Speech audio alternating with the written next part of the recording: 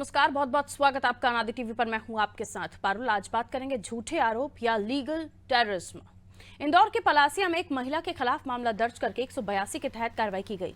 इस महिला ने अपने पति और परिवार वालों पर झूठे आरोप लगाए थे। ये पहला मामला नहीं है, इस तरह के कई सारे मामले सामने आ चुके हैं और अमूमन आप देखिए तो कभी ना कभी आपको इस तरह की बातें सुनने को मिल ही जाती हैं, जब धारा 398A का दुरुपयोग करके महिलाएं ससुराल वालों को झूठे मामले में फंसा देती हैं। कई बार तो ऐसा भी हो रहा है कि झूठे आरोपों का सामना करते करते पति आत्महत्या कर लेते हैं। इंदौर में उस महिला ने बलात्कार कानून का दुरुपयोग किया। रेप मामले में ये पूरा जो केस है वो निकलकर सामने आया और इस मामले का, इस कानून का दुरुपयोग करते हुए अपने देवर को भी कटघरे में खड़ा कर दिया। पूरा परिवार लगभग 4 साल तक परेशान रहा। ये मामला बताता है कि किस तरह जो दुष्कर्म के मामले हैं उनकी धारा का पारिवारिक विवादों में दुरुपयोग हो रहा है। और अब तो कुछ लोग इस बात की पहल कर रहे हैं कि मैरिटल रेप के खिलाफ कानून बनाया जाए। ऐसे में सवाल उठता है कि अगर कानून आ गया तो हस्बैंड्स यानी पतियों को इस तरह के झूठे इल्जामों से कौन बचाएगा। एफआईआर में सिर्फ एक लाइन की वजह से इस इंसान को दुष्कर्मी या बलात्कारी बना दिया गया और जेल में डाल दिया गया, तो कौन इसकी भरपाई करेगा। झूठे मामलों में फंसाकर पतियों को इस तरह प्रताड़ना करने के मामले में एक डॉक्यूमेंट्री फिल्म भी बन चुकी है। लेकिन एक तरफ कुआं है तो दूसरी तरफ खाई। महिलाओं के पास अपनी बचत के लिए कुछ गिने चुने कानूनी हथियार बचे हुए हैं। यदि इन्हें खत्म कर दिया जाएगा तो महिलाओं के लिए आने वाला समय बड़ा दुखदायी हो सकता है। ऐसे में सबसे बड़ा सवाल यही है कि आखिर महिलाओं को जो कानून का हथियार के रूप में मिला है, जो कानून उन्हें हथियार के रूप में दिया गया है, उसका दुरुपयोग कैसे रोका जाए। आज इसी पर हम बात करने वाले हैं। एक रिपोर्ट है, वो आपको दिखा देते हैं।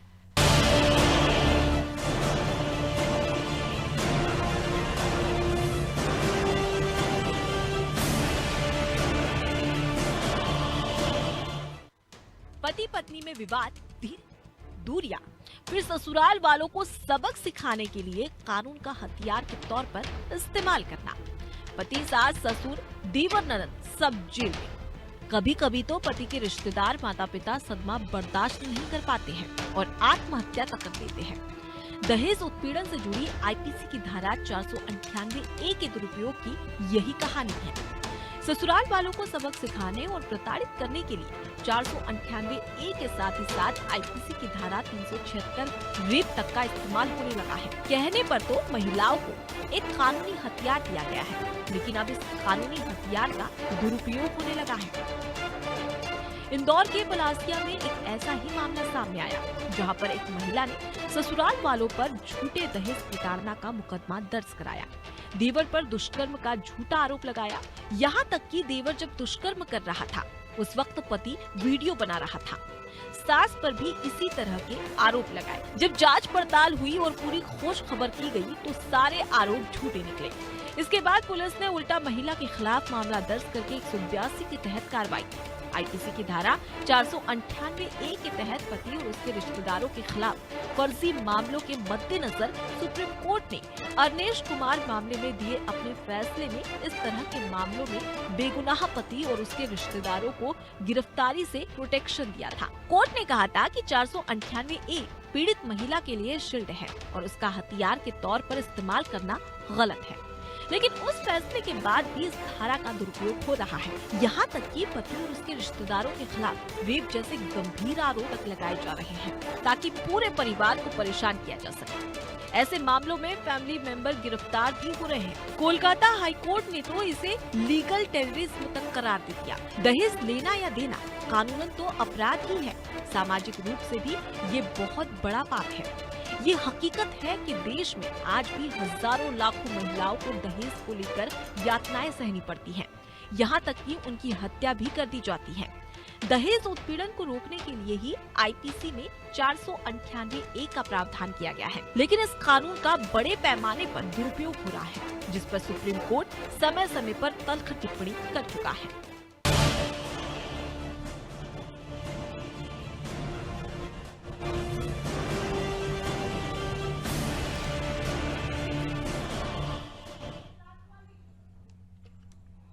लीगल टेररिज्म, इसे इस तरह क्यों कहा जा रहा है? इसलिए क्योंकि 498A का गलत इस्तेमाल भी हो रहा है। और अगर इसको लेकर आप समझने की कोशिश करें कि अगर इससे हटा दिया जाए या उसके कुछ रिस्ट्रिक्शंस हों, तो फिर ये होता है कि अगर जो महिला सही है, वाकई उसके साथ ऐसा कुछ हुआ है, तो उसके साथ अन्याय हो जाता है। ऐसे में वो महिलाएं जो अपने इस स्ट्रॉन्ग कानून को या स्ट्रॉन्ग अपने वेपन को गलत तरीके से इस्तेमाल कर रही हैं, उनके लिए तो ये वाकई एक बहुत काम की चीज़ हो जाता है। लेकिन उन पुरुषों के लिए बहुत ही परेशानी वाली बात हो जाती है, उनकी ज़िंदगी बर्बाद हो जाती है, उनका परिवार प्रताड़ित होता है, परेशान होता है, और कई बार तो आत्महत्याओं का दौर भी सामने आता है। और ऐसे कई मामले हैं जिनमें हमने देखा है कि महिला ने झूठे केस में फंसाया। ऐसी कई घटनाएं हैं जिसमें मेडिकल करते हैं तो पता चलता है कि ऐसी कोई स्थिति नहीं है, लेकिन चूंकि मामला दर्ज होता है, मामला जब दर्ज होता है तो बात पुलिस कोर्ट कचहरी तक जाती है। यानी ना चाहते हुए भी अगर आपने नहीं किया है तो भी आप परेशान होंगे। तो कई सारी चीज़ें हैं, लेकिन ऐसे मामलों से कैसे बचा जाए। इंदौर के पलासिया में जो मामला सामने आया, जिसमें देवर पर भी दुष्कर्म के आरोप लगा दिए गए, और बाद में इस पूरे मामले का जब खुलासा होता है, दुष्कर्म का मामला, दहेज प्रताड़ना का मामला, जितने भी हथियार एक महिला अपने ससुराल वालों को परेशान करने के लिए या फिर उन्हें किसी तरह का सबक सिखाने के लिए इस्तेमाल कर सकती थी, वो इस केस में हो चुका है। बहरहाल, और फिर जब दुष्कर्म के मामलों की बात आती है तो उसमें फिर ये भी चर्चाएं एक तरफ होती हैं कि सही समय पर न्याय नहीं मिल रहा। निर्भया मामला हमने देखा, उसको लेकर भी किस तरह का इंतजार हुआ है। फास्ट ट्रैक कोर्ट्स भी आ गए हैं, लेकिन जब मामला अगर कोई महिला गलत तरीके से उन धाराओं को इस्तेमाल कर रही है, गलत आरोप लगा रही है, गलत तरीके से फंसाने की कोशिश कर रही है किसी को भी, तो ये इसके लिए जो पीड़ित पुरुष है या पीड़ित परिवार है वो क्या कर सकता है, क्या उपाय कर सकता है। मेहमान हमारे साथ जुड़ गए हैं, परिचय करा देती हूँ, आगे चर्चा उन्हीं के साथ होगी। चलिए, एडवोकेट हैं हमारे साथ, मैम जुड़ी हुई हैं, और गुंजन चौक से जी। गुंजन जी, बहुत बहुत स्वागत करती हूँ आपका नादी टीवी पर। सुन पा रही हैं आप मुझे? जी, माधुरी शर्मा जी समाज सेवी हैं, बहुत बहुत स्वागत माधुरी जी आपका भी। धन्यवाद। अमीशा पठारिया जी हमारे साथ जुड़ी हुई हैं, समाज सेवी हैं। अमीशा जी, आपका भी बहुत बहुत स्वागत करती हूँ। सबसे पहले, क्योंकि ये कानूनन मामला है, धाराओं से जुड़ा हुआ मामला है, तो गुंजन जी आपसे ही समझने की कोशिश होगी कि नारी शक्ति को सलाम, लेकिन जब नारियां इस कदर इन चीज़ों का गलत इस्तेमाल करने लगे, वो भी उन के ऊपर जो आपके परिवार ही हैं, आपका ससुराल है, और ये झूठे आरोप लगाना तो खैर बहुत ही गलत चीज़ है। लेकिन जब हम धाराओं की बात करते हैं तो अगर इनको हल्का कर दिया जाए या ये हल्की हो पड़ जाती हैं, तो फिर जिनके साथ वाकई ये चीज़ें होती हैं, उनके साथ प्रताड़ना होती है, उन्हें सही समय पर न्याय नहीं मिल पाता, उनके लिए कठोर कानून की मांग की जाती है। तो इस मामले को समझाएंगे कैसे आप? एक, इसका गलत इस्तेमाल, दूसरा अब तो मांग की जा रही है कि मैरिटल रेप को लेकर भी कानून होने चाहिए। देखिए पारुल जी, महिला होने के नाते, एक वकील होने के नाते मैं अगर बात करना चाहूंगी जी। आपने जितनी भी बात कही, एक जनरलाइज बात बोली गई है। हम लोग इन चीजों को एक ही तराजू में रखकर नहीं तोड़ना चाहिए। इन तरीके के जितने फैमिली डिस्प्यूट होते हैं, हमने देखा है अक्सर कि जितनी ये धाराएं बनाई है, हमारी जो न्यायपालिका है वो बहुत स्ट्रॉन्ग है। ये हाँ, पहले जरूर हुआ करता था, आज से कुछ साल पहले, लेकिन क्रिमिनल लॉ में बहुत सारे अमेंडमेंट्स आते रहे हैं समय समय पर, और वो समय को ध्यान रखते हुए या जो समाज में चल रहा है उसको ध्यान रखते हुए अमेंडमेंट्स आते हैं। अब सुप्रीम कोर्ट की गाइडलाइंस आ चुकी है, जितने भी मैट्रिमोनियल केसेस की अगर मैं बात करूँ, 498 की जैसे आपने बात की, या घरेलू हिंसा के जो केसेस होते हैं उनकी बात करें, या जिस तरीके के हस्बैंड वाइफ या ससुराल वालों के साथ के जितने केसेस हैं, उसमें गाइडलाइंस बहुत क्लियर है। वो गाइडलाइंस है कि सबसे पहले, चाहे एफआईआर की स्टेज से अगर मैं शुरू करूं, कि अगर कोई महिला थाने जाती है, शिकायत दर्ज कराती है पति या ससुराल वाले के खिलाफ, तो सबसे पहले काउंसलिंग की जाती है। एफआईआर दर्ज होने से पहले परिवार को बुलाकर आपसी समझौता कराना अब एक मैंडेटरी लॉ हो चुका है। पहले पुलिस का भी अब ये फर्ज होगा कि पहले वो नोटिस देंगे, एफआईआर बाद में देंगे। पहले वो नोटिस देंगे, उन्हें बुलाएंगे, थाने में आपसी समझौते पे बात होगी, क्योंकि ये जो स्टेज एक जोड़ी गई है काउंसलिंग की, ये केस में अगर जहाँ पे जेन्युइनली कहीं अत्याचार हुआ है, वायलेंस हुआ है, तो वो साफ साफ तौर पर समझ भी आता है और पकड़ाई में भी आता है। और जहाँ नहीं हुआ, जहाँ जिस तरह आपने कहा कि कई बार महिलाएं इसका मिसयूज कर रही हैं, वो चीज भी सामने आ जाती है, और परिवार को भी एक मौका मिलता है ससुराल वालों को कि वो अगर जेन्युइनली उनकी कोई गलती हुई है तो वो अपनी गलती सुधार भी पाते हैं, चाहे लड़की की तरफ से गलती हुई हो या वर पक्ष से गलती हुई हो, दोनों ही गलतियों को सुधारने का कोर्ट ने एक मौका दिया है। ये पहली चीज है थाने में। मान के चले यहाँ पे काउंसलिंग नहीं होती और एफआईआर दर्ज की जाती है। एफआईआर के बाद भी जब चार्जशीट फाइल होती है और कोर्ट में मांगा जाता है, तब कोर्ट को सेकंड स्टेज पे फिर से काउंसलिंग मैंडेट दे दी गई है। जब न्यायालय भी दोनों पक्ष को पहले बुलाकर काउंसलिंग के सेशन रखवाएगा। तो ये मेरा जो कहने का मतलब है कि सेटलमेंट, काउंसलिंग, वार्तालाप ये न्याय प्रक्रिया का हिस्सा बन चुकी है मैट्रिमोनियल सिस्टम में। जहाँ पे भी पारिवारिक मुद्दे उठ रहे हैं वहां पे हर एक स्टेज पे कोर्ट को मैंडेटरी किया गया है कि आप दोनों पक्षों को बैठाकर समझौते की कोशिश करें। अब वो समझौता किसी भी रूप में हो सकता है, परिवार वापस सेटल भी हो सकता है, एक साथ आ सकता है, या अगर आपसी मतभेद से भी कोई विवाह अपना विच्छेद करना है तो वो भी हो सकता है। तो ये जो स्टेजेस है इससे काफी हद तक मिसयूज ऑफ लॉ खत्म हो चुका है। जिस तरह आपने बोला ससुराल के पक्ष में भी डिसीजंस आने लगे हैं, महिलाएं अब समझने लगी है कि अगर वो गलत स्टेप उठाने जा रही है तो ऐसा नहीं है कि कुछ भी अब वो कर सकती है लॉ उनके फेवर में, ऐसा बिल्कुल नहीं है। हर स्टेज पे चाहे पुलिस प्रक्रिया हो चाहे कोर्ट प्रक्रिया हो, हर स्टेज पे दोनों पक्षों को सुना जाता है और उसके बाद भी किसी नतीजे पे पहुंचा जाता है। ये मिथ है हमारे माइंड में। कई बार हमारे पास भी जब कुछ हस्बैंड अप्रोच करते हैं अपने केस को लेके तो माइंड में मिथ लेकर आते हैं, मैडम हमें तो बताया गया है कि अब सब हमारे खिलाफ है, महिलाओं के पास बहुत हथियार है। ऐसा मैं बिल्कुल नहीं कहूंगी, इसे हथियार नहीं कह सकते। हाँ, महिलाओं के लिए एक कानून बनाया गया है क्योंकि हमारा समाज आज भी पुरुष प्रधान समाज माना जाता है। कई तबके में आज भी महिलाएं प्रताड़ित हो रही हैं, इसलिए इस कानून की जरूरत है। लेकिन इसका मिसयूज बचाने के लिए कोर्ट ने काउंसलिंग हर स्टेज पे मैंडेटरी की हुई है लॉ के तहत, और वो उससे काफी हद तक मिसयूज बचा सकते हैं। ये तो रही बात मैट्रिमोनियल डिस्प्यूट की। रही बात अगर हम रेप के मामलों में बात करें तो देखिए ये जघन्य अपराध है, इसमें प्रॉपर कोर्ट प्रक्रिया है और उस प्रक्रिया का पालन हो रहा है। जी, चूंकि इस मामले में जो इंदौर के पलासिया से सामने आया, हालांकि वो जब छानबीन हुई तो उल्टा महिला के ऊपर ही केस दर्ज किया। माधुरी जी आपके पास आ रही हूँ, लेकिन एक प्रेशर क्रिएट हो जाता है परिवार के ऊपर जब तक इस पूरी प्रक्रिया की तरफ जाएं हम। अगर एक पति है उसके ऊपर उसकी वाइफ ने इस तरह के केसेस लगा दिए, उसके परिवार ने इस तरह के केसेस लगा दिया है जो इंदौर के पलासिया में सामने आया, आप समझ सकते हैं ये सारी चीजें तो होंगी, वो अपने आप को निर्दोष साबित करने के लिए लड़ेंगे, लेकिन एक जो मेंटल प्रेशर पड़ता है समाज के सामने इस परिवार के ऊपर, जाहिर सी बात है अगर ये स्ट्रांग नहीं होते, समझदार नहीं होते, इन्हें कानून की समझ नहीं होती, ये जाकर किसी से डिस्कस नहीं करते तो ये खुद भी अपने आप को कमजोर महसूस करते और उसके बाद किस तरह के घातक कदम उठाते हैं। एक पति जिसने कुछ नहीं किया, एक देवर जिसने कुछ नहीं किया, उसके ऊपर रेप जैसे आरोप लगा दिए जाते हैं, उसकी मानसिक स्थिति क्या होती है, और फिर उसके बाद ऐसे जब मामले सामने आते हैं तो समाज में कितना बड़ा गलत संदेश जाता है। क्योंकि एक तरफ हम उसी नारी को परिवार चलाने की जिम्मेदारी दे रहे हैं, उसके कंधों पर क्या जिम्मेदारी है उसको लेकर हम तारीफें कर रहे हैं, और दूसरी तरफ महिला का ये भी रूप सामने आता है। माधुरी जी।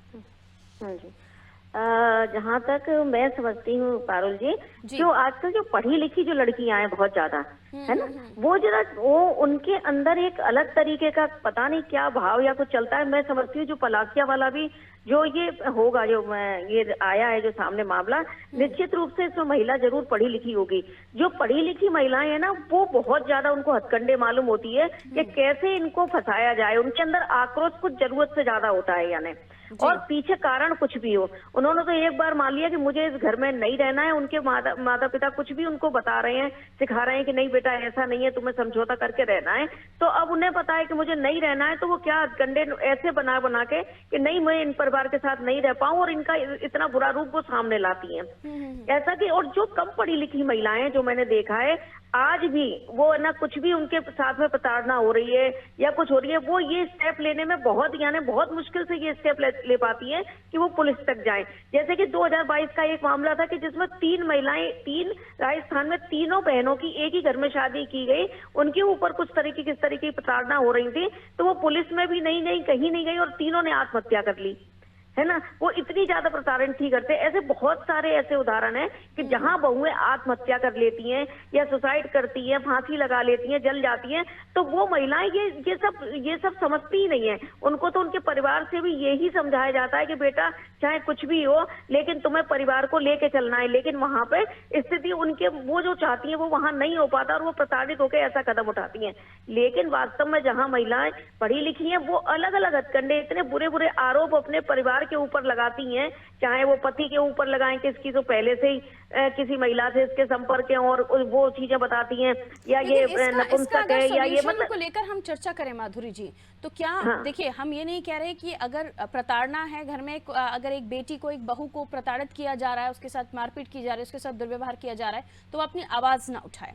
लेकिन हम जब एक परिवार की बात करते हैं, आप और हम महिला हैं, हम समझते हैं कि घर में छोटी छोटी चीजें होती हैं, लेकिन आज जो हम पेशेंस होता है लड़कियों में वो नहीं देख रहे हैं। उन छोटी छोटी बातों को हम बढ़ता हुआ देख रहे हैं और फिर उसके बाद उन्हें पता है कि ठीक है नहीं बनी तो हम कुछ और देखेंगे। और फैमिली, जब हम माँ की बात करते, पिता की बात करते, जो समझदारी उनको दिखानी चाहिए। अब पहले आप बहुत सारे केसेस हमने देखे हैं जिसमें पहले ये समझाया जाता था कि थोड़ा सा तो आपको भी समझदारी दिखानी पड़ेगी, आप अब घर में दूसरे घर में पहुंच गए हो, लेकिन अब वो बात नहीं समझाई जाती। अब घर में हम देखते हैं कि किसी भी तरह की आवाज हुई तो आप दूसरे घर में बता रहे हो, यानी अपने मायके में बता रहे हो। तो ये भी चीजें एक जो सपोर्ट मिलना चाहिए पहले जो मिलता था, अब वो सपोर्ट भी नहीं मिल रहा है, सही रास्ते की तरफ नहीं ले जाया जा रहा है। ये भी कुछ चीजें आप मानती हैं, और इसका हल की तरफ हम जाएं तो क्या बताएंगे?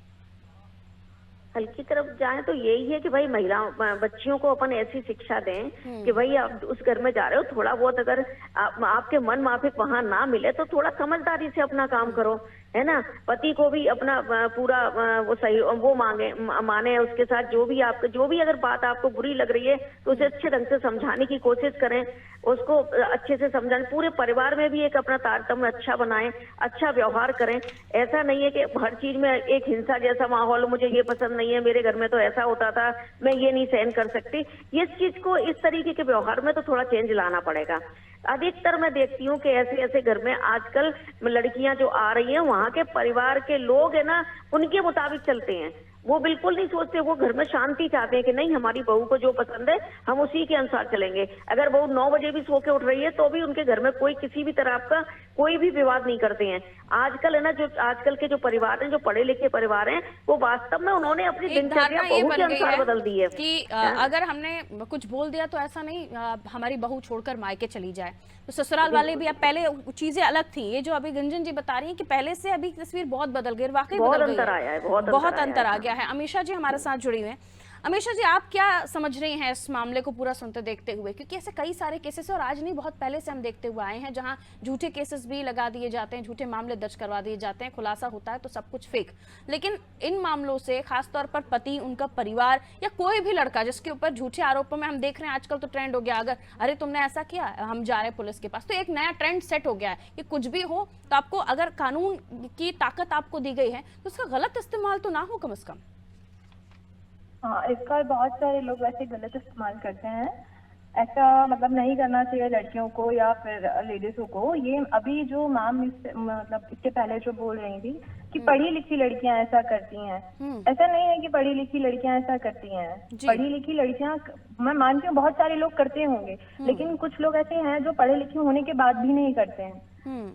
और जो पहले के जो लोग थे, जो पहले की लेडीज थी, जिनको बताया उन्होंने कि 2022 का केस है, तो 2022 में अगर वो मतलब मारा गया या जो उन्होंने केस बताया और वो लड़की मर गई, तो ये चीज भी उनके माँ बाप ना, पहले के लोग क्या डाल देते थे दिमाग में कि तुम्हें दब के रहना है, नहीं तुम्हें जाना है तो तुम नहीं बोल सकते। जहाँ गलत है वहाँ बोलना चाहिए। बिल्कुल, ऐसा नहीं है कि आप हर चीज को सहन करते जाओ, सहन करते जाओ। हाँ, आपको गलत के लिए आवाज उठानी चाहिए, क्योंकि सहन करता है इंसान तो फिर वो सहन ही करता रहता है, सामने वाले उसे दबाते ही रहते हैं, ससुराल पक्ष हो चाहे मायका पक्ष हो। क्योंकि पहले 2022 से 2023 हो गया और अब हम दिसंबर मंथ में हैं, जब हम ये देख रहे हैं कि एक परिवार को अपने आप को निर्दोष साबित करने में पूरा 1 साल लग जाता है, 2022 2023 में आ जाता है, और उस बीच भी कई धारणाएं होती हैं। कुछ लोग आपको समझते हैं समाज में, कुछ लोग नहीं समझते हैं। मैं उस परिवार की पीड़ा को दर्शकों तक समझाने की कोशिश कर रही हूँ कि जिनके ऊपर बीतते वही जानते हैं कि वो कैसे कितने कोर्ट कचहरी के चक्कर काट रहे हैं, वो निकल रहे हैं तो आसपास के लोगों की निगाहें उनकी तरफ कैसे आ रही है, समझ रही हैं? हाँ, ये गलत तरीके से निगाहों से लोग देखते हैं, गलत समझते हैं। क्योंकि आजकल जो भी चल रहा है, जो ट्रेंड में चल रहा है कि लड़कियां अगर बोला है तो हाँ होगा, कोई ऐसा मानता नहीं है कि नहीं सामने वाला मतलब लड़का भी सही हो सकता है, ऐसा कोई नहीं मानता है। अच्छा, अब जो हो रहा है, ससुराल वाले ये सोच रहे हैं कि बाहर बात ना जाए। पहले मायके वाले सोचते थे कि बाहर बात ना जाए, अब ससुराल वाले सोचते हैं कि बाहर बात ना जाए। हाँ ऐसा ये हो गया है। इसके लिए उनको पहले अगर जैसे ससुराल वाले, जैसे लड़के को अगर प्रॉब्लम है, जैसे आप पलासे की बात करें हम लोग कि जो केस चल रहा है, अगर उनकी बात करें हमें, तो जैसे वो लड़का है या उसकी फैमिली वाले हैं, अगर वो कुछ नहीं जानते तो उन्हें बहुत प्रॉब्लम हो सकती थी। बट वो थोड़ा जानते हैं और उन्हें कानूनी सलाह लेनी चाहिए। मेरे हिसाब से तो उन्हें और लोगों में बात करनी चाहिए, अच्छे से उनको सलाह लेके फिर उसके ऊपर स्टेप लेना चाहिए। बिल्कुल गुंजन जी, सेक्रीफाइस और सेटलमेंट या एडजस्टमेंट जैसे चीज़ें अब है ही नहीं लगता है कि, क्योंकि इन सारी चीज़ों को हम देख रहे हैं। अब मैं आपसे ये समझना चाहूँगी कि ऐसी कोई फैमिली आपको सुन रही है जिसके साथ ये बीत रहा है, या कोई ऐसा शख्स जो हस्बैंड है और उसको इस तरह से, क्योंकि ब्लैकमेल भी हो रहा है घर में ही, फैमिली में ही ये सब चीज़ें चल रही हैं। इन सारी चीज़ों को देखकर, क्योंकि ये हम देख भी रहे हैं समाज में सारी चीजें आ रही हैं, लड़के की तरफ से भी लड़की की तरफ से, तो वो किस तरह से मदद ले सकते हैं अगर ऐसी कुछ चीजें चल रही? देखिए, जैसे मैंने पहले कहा कि इसमें कोई घबराने की या डरने की बात नहीं है।